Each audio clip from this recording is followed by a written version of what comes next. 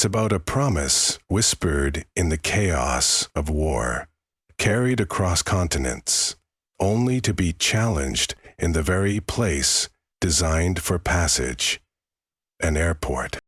You might think that rank, sacrifice, or even the solemn duty of escorting a fallen hero would guarantee respect. But for Colonel David Ace Harding, a man whose valor was etched onto every medal he wore, the most challenging battle wasn't fought overseas. It began in the sterile, impersonal halls of Metropolitan International, where a sacred mission collided head-on with an unexpected enemy, the cold indifference of bureaucracy and the sting of prejudice.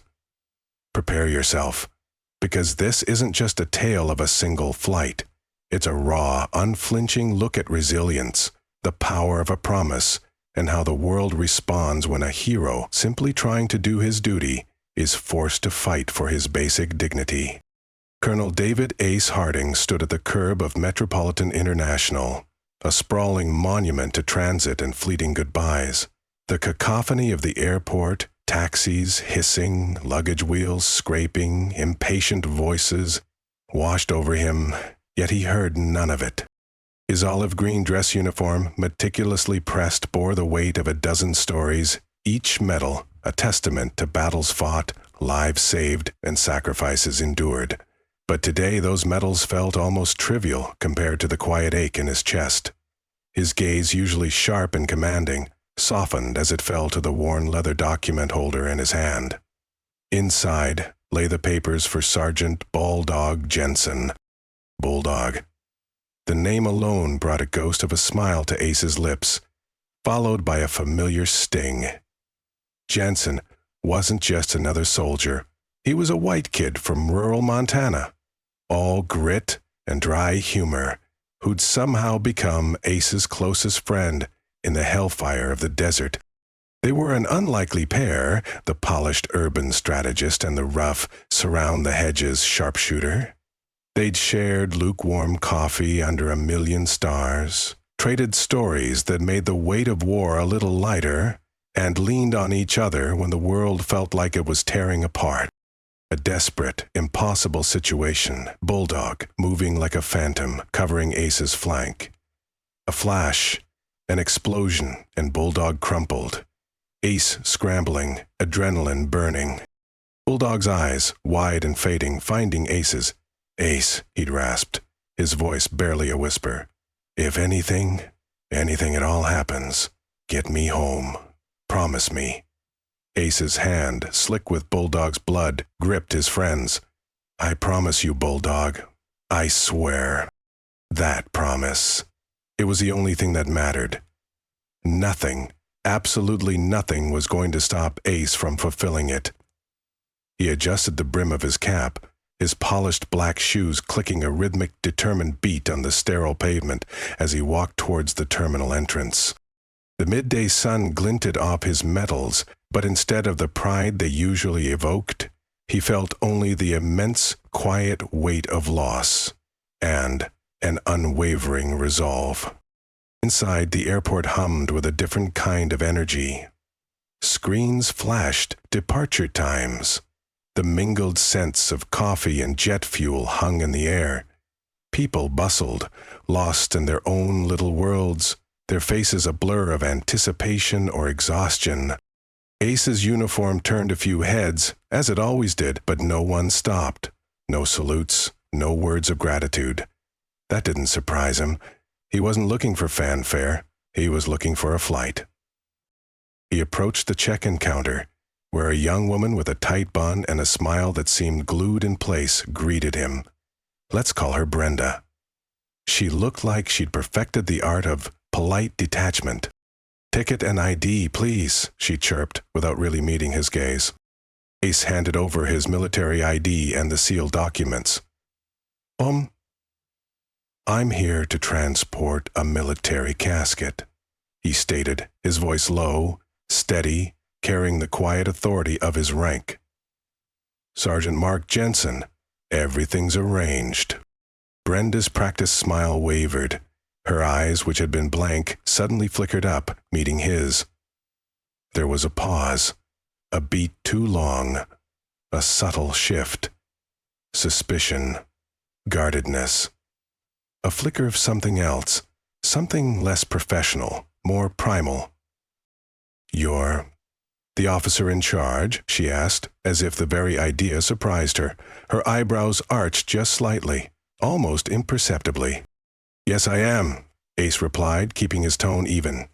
He'd seen this before. The subtle doubt. The quick, silent assessment. The moment a uniform and a title, often meant to command respect, instead triggered a different kind of scrutiny.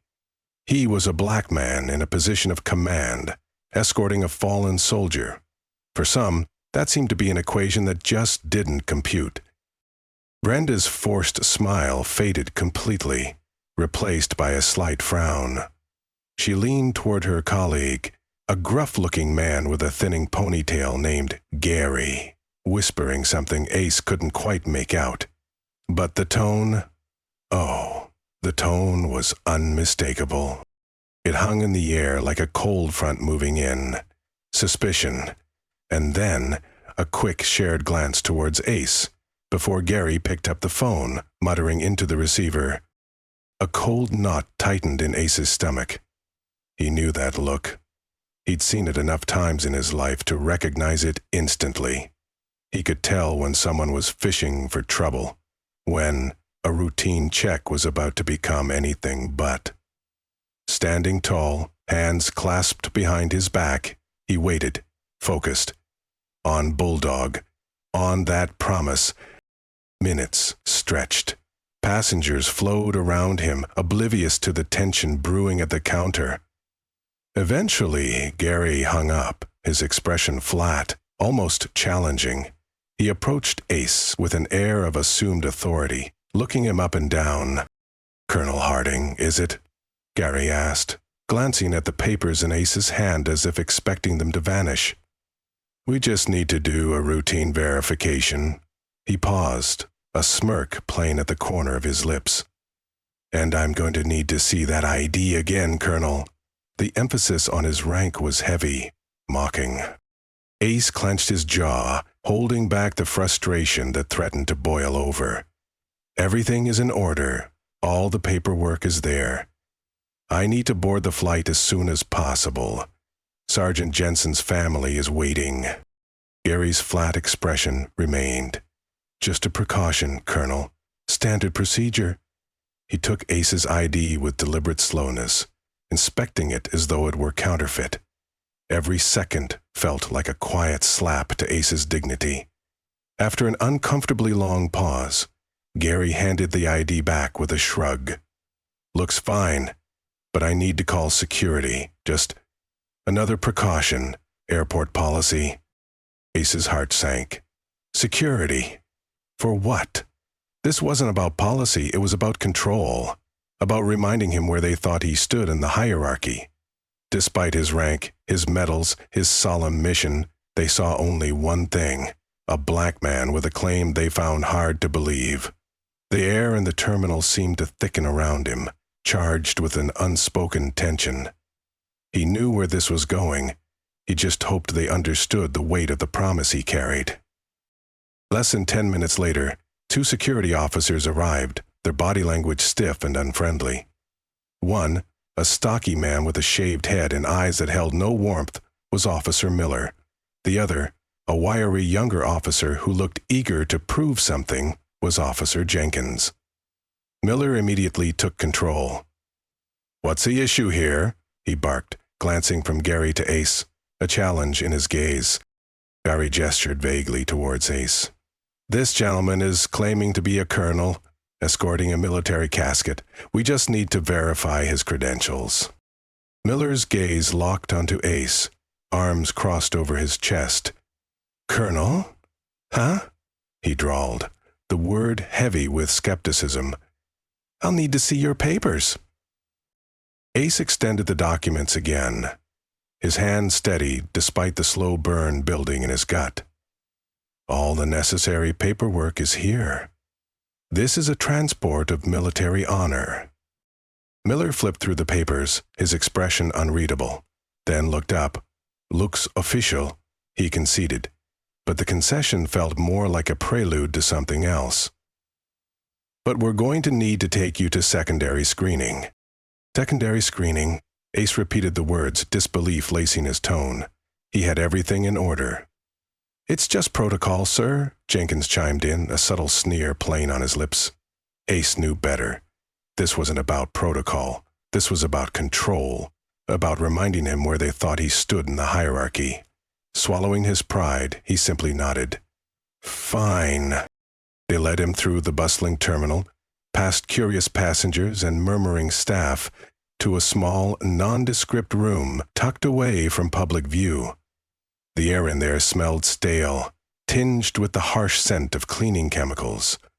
A cold metal table stood in the center, surrounded by worn, hard chairs. "Place your belongings on the table," Miller instructed, his voice flat. Ace followed the orders. He unclipped his medals, the hard-earned symbols of valor clinking softly as he laid them down. Then, with a pang, he gently placed a small, engraved dog tag next to his documents, a token Sergeant Jensen's wife had given him, etched with her husband's name and service number. His heart ached. He was here to bring a brother home, and they were treating him like a common criminal. They searched him methodically, their hands cold and indifferent. They patted him down, paying excessive attention to every fold of his uniform. When their hands reached his medals, Officer Jenkins snorted, running his finger over one of the highest distinctions. "So, these make you special, huh?"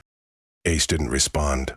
He met Jenkins's gaze with a cold, unwavering stare, daring him to push further. Jenkins smirked, but looked away first, clearly unsettled by the silent defiance. "This one thinks he's above the rules," Miller muttered, finishing the search. Ace exhaled slowly, focusing on keeping his temper in check. He had seen worse on the battlefield. He would not break here. "You resist, and you'll regret it, soldier." Jenkins taunted, his voice dripping with sarcasm, leaning closer, his breath hot with contempt. "No," Ace replied quietly, the single word carrying years of practiced restraint, of battles fought with composure. For a brief moment, Ace considered his options. He knew they were baiting him, waiting for him to lash out so they could justify escalating things, but he refused to give them that satisfaction. Just as the tension threatened to snap, the door swung open abruptly. "Is there a problem here?" A deep, commanding voice filled the small room, cutting through the stifling air. All heads turned. An elderly man stood in the doorway, dressed in civilian clothes, but there was something unmistakably military in his bearing, the kind that spoke of battles fought and survived, of unwavering resolve. It was Mr. Henderson, an Air Force veteran Ace had met briefly at a USO event years ago. Officer Miller stiffened. "This is a security procedure, sir. Nothing to worry about." Henderson's eyes narrowed as he took in the scene. Ace standing stiffly, the guards looming too close. His gaze sharpened. "That man is Colonel David Harding," Henderson stated, his voice ringing with authority. "I served with him overseas." "What's the meaning of this?" The guards exchanged uneasy glances. You were just harassing a decorated officer escorting a fallen brother home," Henderson snapped, cutting them off. "I'll make sure your supervisor hears about this, and mine." The tension in the room shifted dramatically. For the first time since entering the airport, Ace felt a flicker of relief. Henderson stepped forward and gave Ace a firm handshake. "Good to see you, Colonel. It's been too long." Ace returned the handshake, his expression softening. "Thank you, Monsieur Henderson. I appreciate it." Officer Miller cleared his throat awkwardly. "You're free to go, sir." Ace shot him a glance, his face unreadable. He knew an apology wasn't coming, but he didn't need one. Actions spoke louder than empty words.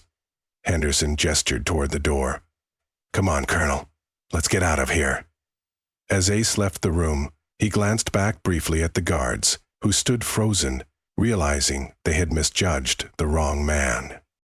Out in the terminal, Ace and Henderson walked side by side. Henderson gave him a knowing look. They still don't make it easy for us, do they, Ace? Ace shook his head, his voice low. No, they don't. Henderson clapped him on the back. But you hang in there. Jensen's waiting. Ace's throat tightened, and for a moment he couldn't find the words.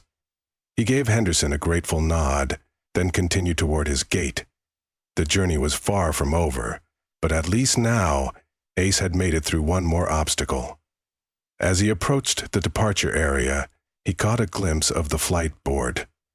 His flight status blinked in bold red letters, delayed. Ace closed his eyes briefly, willing himself to stay calm. He had come too far to let anything stop him now. No matter how many roadblocks they put in his way, he would carry Jensen home. One step at a time. The initial battle was won, but the war, it seemed, had just begun. The red "Demained" sign at the gate was a gnawing insult to Ace's already frayed patience. Every minute wasted in this sterile airport felt like a personal affront, not just to him, but to Sergeant Jensen, to Jensen's family waiting back home, clutching their grief and hoping to bury their son with honor. Ace checked the time again, a futile gesture that only highlighted the ticking clock in his mind. He adjusted the collar of his uniform, the fabric feeling stiff and uncomfortable, and approached the airline desk again, determined to get answers. At the counter, a young woman named Tiffany barely acknowledged him, her eyes glued to her tablet. "Yes?" she asked without looking up, her voice flat, devoid of interest. "My flight is delayed. I need information," Ace stated, his voice even, though frustration coiled in his gut. He placed the documents on the counter, careful not to sound confrontational. Tiffany finally glanced at him, her expression unchanging. "Everyone's flight is delayed, sir. You'll just have to wait like everyone else." Her dismissive tone stung. It was the same dismissive tone he'd heard countless times in his life, minimizing his experience, his urgency. It was a common pitfall, he knew, for those who hadn't walked in his shoes, the casual dismissal of struggles that weren't their own. Ace exhaled slowly, the knot in his chest tightening. "This isn't just any flight. I'm transporting a military casket. There are specific protocols. Can you at least confirm the new departure time?" Tiffany shrugged, scrolling lazily on her screen. "Look, I don't have anything new yet. Check back later." Her indifference was a cold slap. "I need to ensure the casket is properly transferred. This isn't negotiable." Ace's voice was firm now, cutting through her apathy. With an exaggerated sigh, she finally made eye contact, irritation flickering in her gaze. "Sir, I understand that you think your situation is special, but we're short-staffed. Maybe check with the cargo team if it's that important." The implication was clear. "You're a nuisance, and your problem." Ace's patience thinned, his pulse quickened, but he kept his voice measured. "Give me the number for the cargo team." Tiffany tapped a few buttons, scrawled a number on a sticky note, and slid it across the counter with thinly veiled sarcasm. "There. Have a good day." Ace tucked the note into his pocket and turned towards the nearest phone station. As he dialed, a memory surfaced, unbidden, a moment on the battlefield when Jensen had taken a bullet meant for him. Jensen's voice echoed in his mind. "Get me home if anything happens, Ace. Promise me that." He had promised, and no amount of bureaucratic nonsense or dismissive attitudes would stop him now. The cargo team, however, proved to be just as unhelpful as the airline staff. Yeah, we know about the military transport," a gruff voice grumbled on the other end of the line. "But it's a busy day down here. We'll get to it when we get to it." Ice gripped the receiver tighter. "This isn't acceptable. I need confirmation that the casket is handled with care and transferred properly." "Look, man, the cargo worker said, clearly annoyed. "Unless you want to come down here yourself, there's nothing more I can tell you." Ace closed his eyes, summoning every ounce of patience he had left. "Then tell me how to get to the cargo area." After a moment of silence, the worker begrudgingly gave him the directions. Ace hung up the phone and strode towards the restricted section of the airport. He wasn't waiting for anyone's permission. He would see this through himself. At the entrance to the cargo area, a burly security guard blocked his path. "Let's call him Frank." "You can't be here," Frank said, folding his arms. Ace showed his identification and explained the situation. "I'm here for a military casket. I need to assure it's being properly transferred." Frank barely glanced at the ID. "Rules are rules. You can't just waltz in." Ace clenched his jaw. "I have authorization. This is not optional." Frank leaned in, a sneer curling his lip, his voice dropping to a low, mocking tone. "Maybe next time bring someone who looks the part." Ace's blood ran cold at the blatant insult. The words hit him like a physical blow, a raw, ugly reminder of the battles fought long before he ever put on a uniform. He didn't flinch. His fists clenched at his sides. Sergeant Jensen's dog tag in his pocket suddenly felt heavier, a silent anchor. "Get your supervisor now," Ace commanded, his voice a low growl, barely controlled.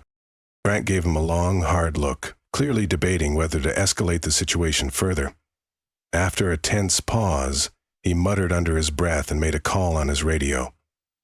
"Got someone here who thinks he's important." Ace waited, his muscle taut. He thought of Bulldog, of the promise, of every slight he'd ever endured. This wasn't just about the casket anymore. This was about something deeper. The supervisor, an older man with tired eyes and a no-nonsense demeanor named Mr. Miller, not the same Miller from security earlier, perhaps a different department, arrived after several agonizing minutes. "What's the issue?" Ace explained the situation again, this time laying out every detail with military precision. Miller listened without interrupting, his expression unreadable. When Ace finished, the man gave a slow nod. "All right, Colonel, I'll let you through, but I can't have you disrupting our operations." "I'll stay out of your way," Ace assured him. "I just need to confirm everything is in order."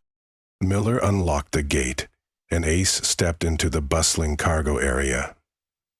The sound of forklifts, the hum of machinery, filled the space.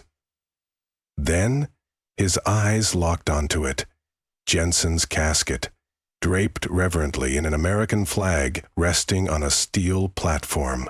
A wave of relief washed over him, but it was short-lived. A worker nearby, a grizzled man named Dave, was loudly complaining to his colleague.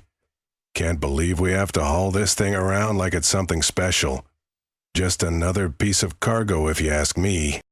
Ace's hands curled into fists, but he took a steadying breath. Confronting them wouldn't serve Jensen's memory. Instead, he walked towards the casket, straightening the edges of the flag with deliberate care. He whispered under his breath, a vow only for them. "I've got you, brother. Almost there."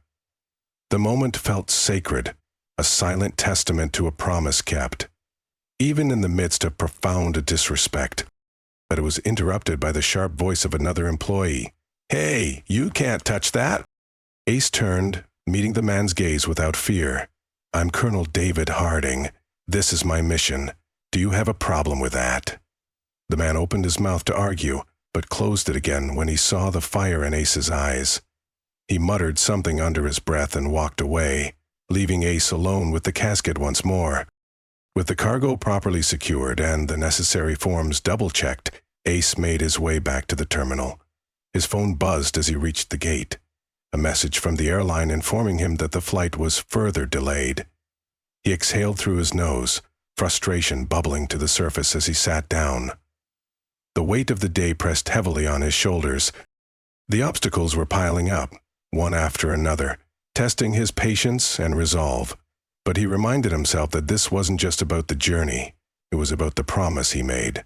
A promise he would keep no matter the cost. Ace leaned back in the chair, glancing at the flashing delayed sign once more. The world could throw all the roadblocks it wanted. He wasn't stopping. Not now. Not ever. The battle beyond the gate was won, but the war for respect continued, silently, relentlessly. The Metropolitan International Terminal buzzed with a restless, frustrated energy as the hours dragged on. Delayed flights had turned waiting areas into makeshift camps. Passengers sprawled across chairs and floors, their patience worn thin. Ace sat quietly, hands folded in his lap, his mind a battleground of exhaustion and unwavering determination. Every glance at the departure board tightened the knot in his chest. His sacred mission, to deliver Sergeant Jensen home, felt like an uphill climb through layers of systemic disrespect and careless indifference. Just as Ace thought he might finally snatch a moment of peace, the hum around him was shattered by a commotion. From behind, near the airline desk, a group of passengers had gathered, murmuring and gesturing. Phones were out, recording. At first, Ace didn't react. He was used to unwanted attention. A man in uniform always stood out. But this time, something felt different. "Is that the guy they were hassling earlier?" someone whispered, loud enough for Ace to hear. "A colonel, right? They dragged him off like a criminal." One by one, more passengers began whispering. Phones raised, pointed in his direction, capturing the supposed scandal. A man nearby, a middle-aged traveler with a sleek tablet, stepped forward. His expression was serious. "Hey, sir. You okay? We saw what happened back there with security." Ace gave a curt nod. "I'm fine, thank you." "You don't look fine," the man replied, his eyes narrowing. "They treated you like a suspect, not a soldier." "That's not right." Before Ace could respond, another passenger chimed in. "I got it all on video. They had no reason to search you like that." Ace shifted uncomfortably as more voices joined the conversation. Phones pointed at him from every angle, capturing his expression. He wanted to keep things under control, to maintain his quiet dignity, but the narrative was slipping away from him. Someone in the growing crowd muttered, "If they can do that to a decorated officer, what chance do the rest of us have?" A spark ignited. The murmurs grew louder, frustration building into something volatile, something communal. By the time Ace reached the gate again, the airport's social media was already buzzing with hashtags and outrage. Clips of his encounter with security were spreading fast. The videos, shot from multiple angles, showed him standing stoically as the guards searched him with unnecessary force, their behavior drenched in disrespect. Ace's phone vibrated repeatedly with notifications.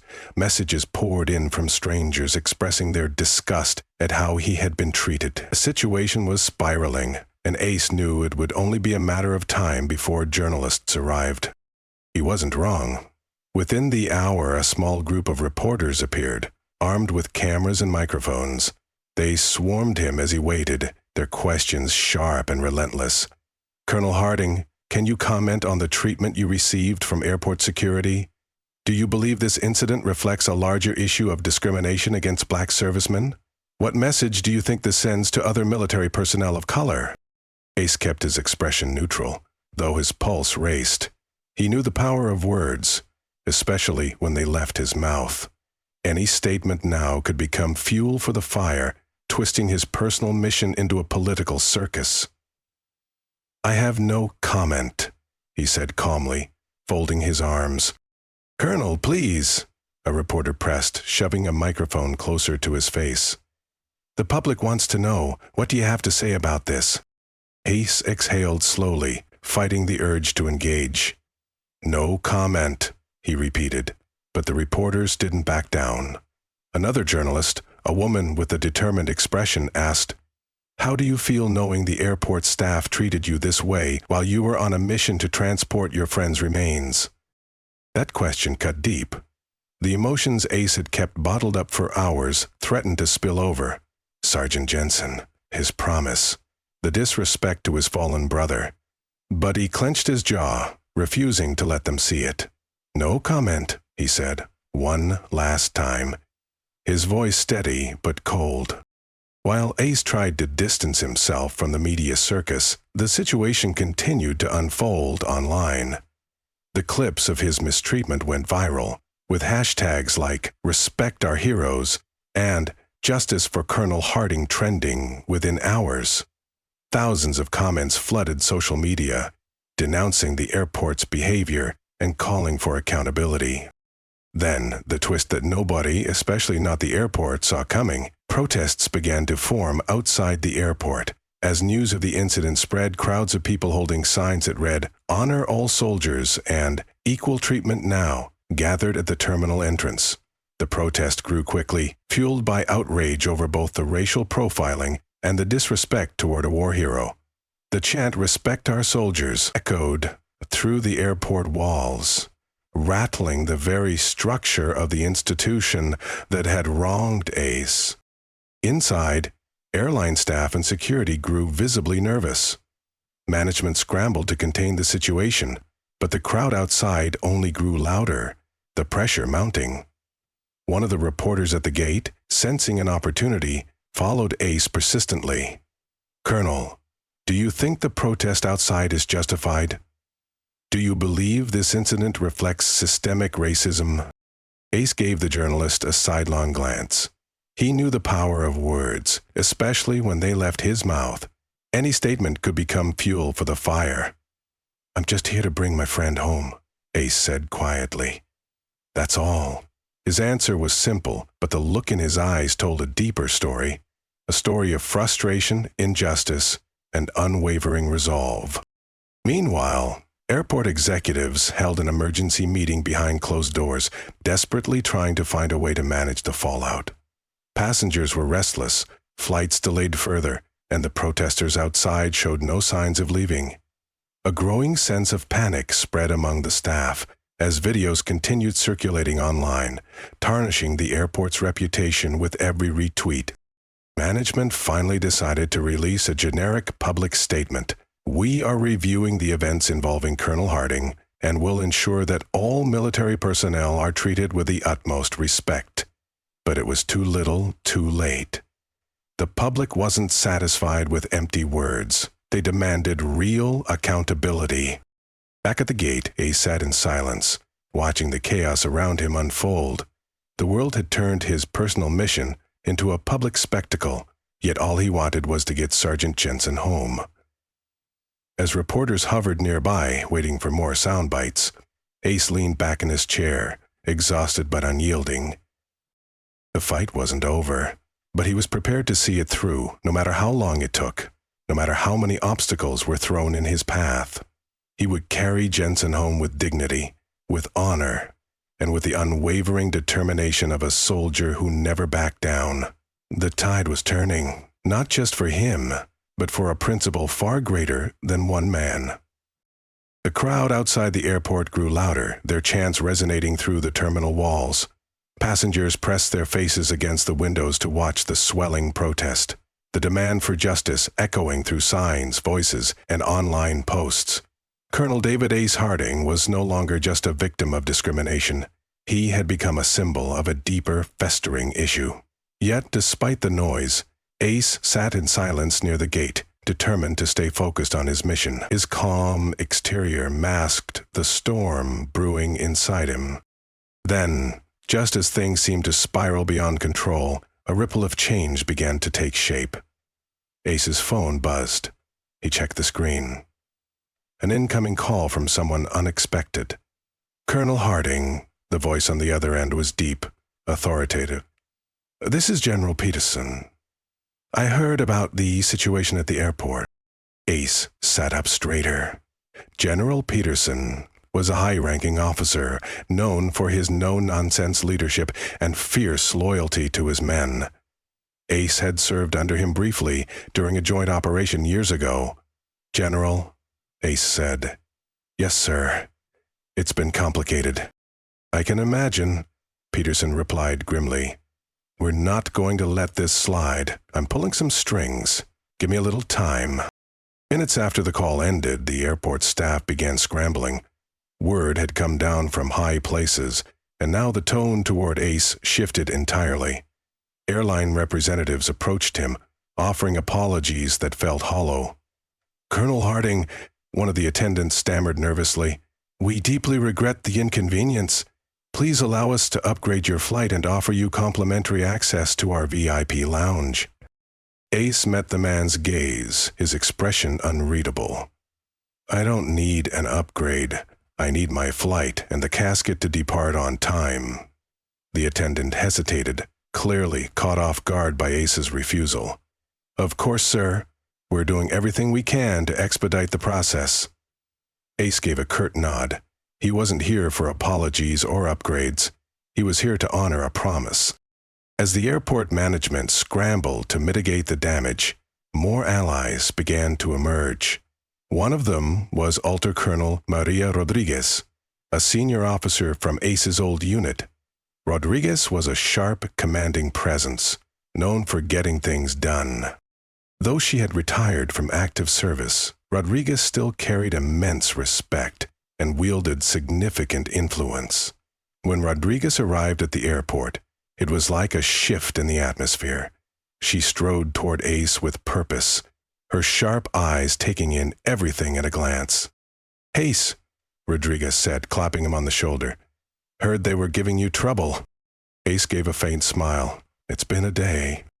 Rodriguez shook her head, a flicker of controlled anger in her eyes. "Unbelievable. A decorated officer on an honorable mission, and this is how they treat you?"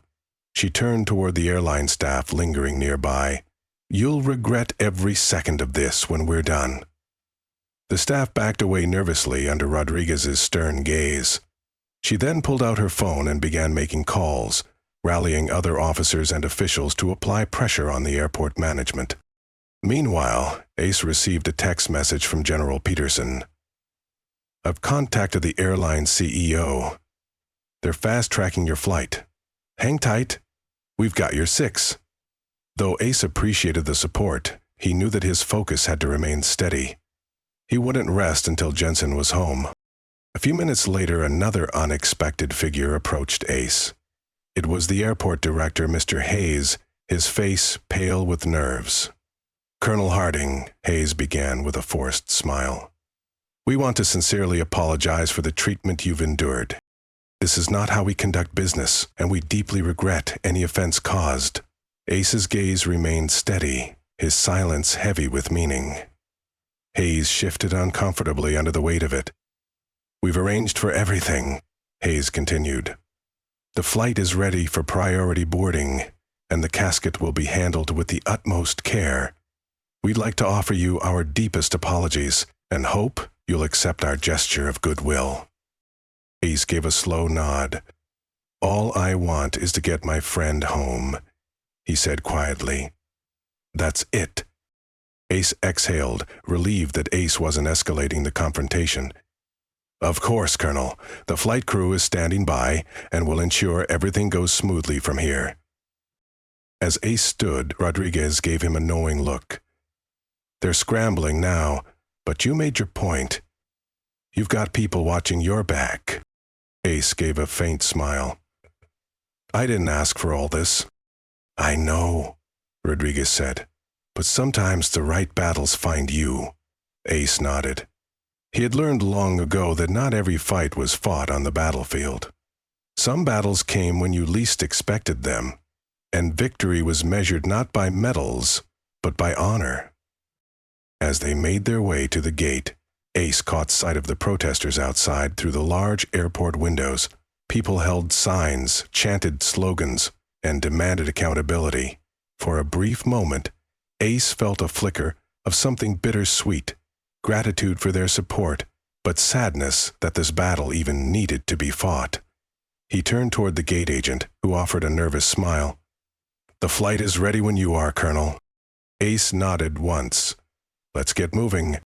With Rodriguez walking beside him, and the quiet, unwavering weight of Sergeant Jensen's memory guiding him, Colonel David Ace Harding stepped forward.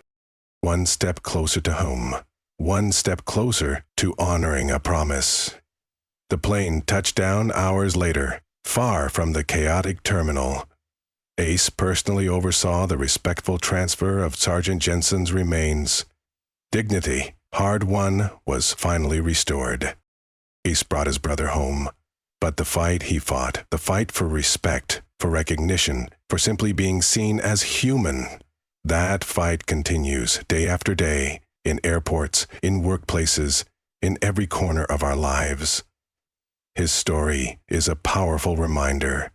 For those who have been underestimated, dismissed, or broken, your resilience is your greatest weapon. Your dignity, your unwavering spirit can move mountains. Don't stop. Don't ever stop fighting for what's right. Don't forget to subscribe to our channel for more stories of resilience, unexpected triumphs, and life-changing lessons. Share this video with anyone who needs to hear this powerful message. We believe in your strength, and we're here to share stories that inspire it. Until next time, guard your peace fiercely and live authentically.